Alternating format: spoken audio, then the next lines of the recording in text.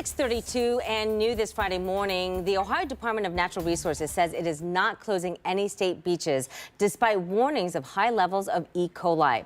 Right now, there are 29 state waterways with levels of bacteria that exceed the state limits. It's a story 10 TV's Kevin Landers has been looking into. He joins us now from London. And so, Kevin, explain what this then means for families who are maybe trying to find a way to cool off into this weekend.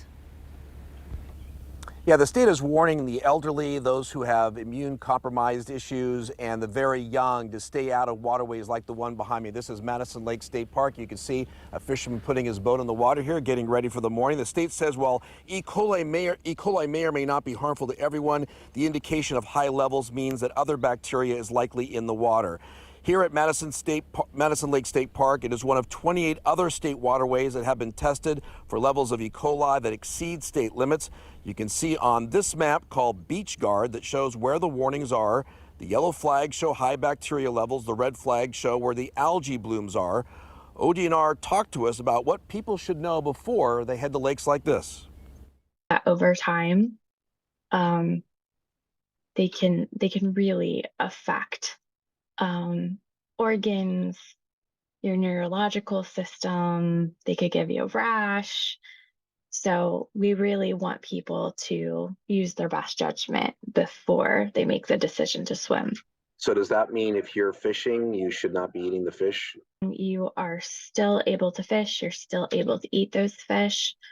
But again, we do recommend you're washing your hands. You're washing your fillets off.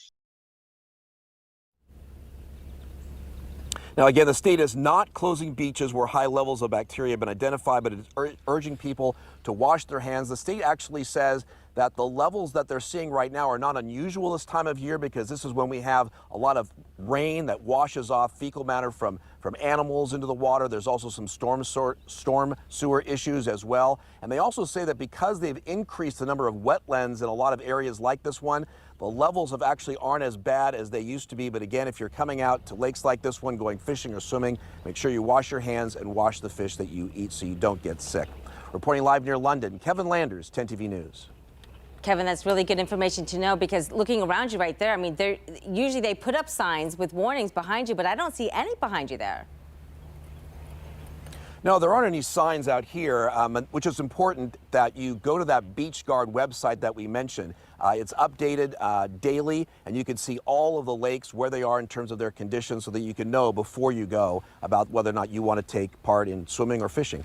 Good advice. Kevin Landers reporting live for us in London. And right behind me is that website that Kevin talked about, that Beach Guard website. You can see it right here. We're going to walk you through to show you how easy it is to get that information. So right here, you see they've got all of those waterways listed, and some have the yellow flags and then those with the red. So you just scroll through, and once you find the area that you want to visit, you'll see it on the map here as well. You just have to tap on that flag right there, and it takes you, actually this is Madison Lake where Kevin was, and when you view the beach details, it tells you under the advisories, let's get to that right there, that there's bacteria contamination advisory. So again, the signs are not at the actual beach, but this might be something that you want to check before you pack up the beach towel and the sunscreen. Check this to make sure you keep your family safe. We've got a link to this on 10tv.com/featured links. Clay?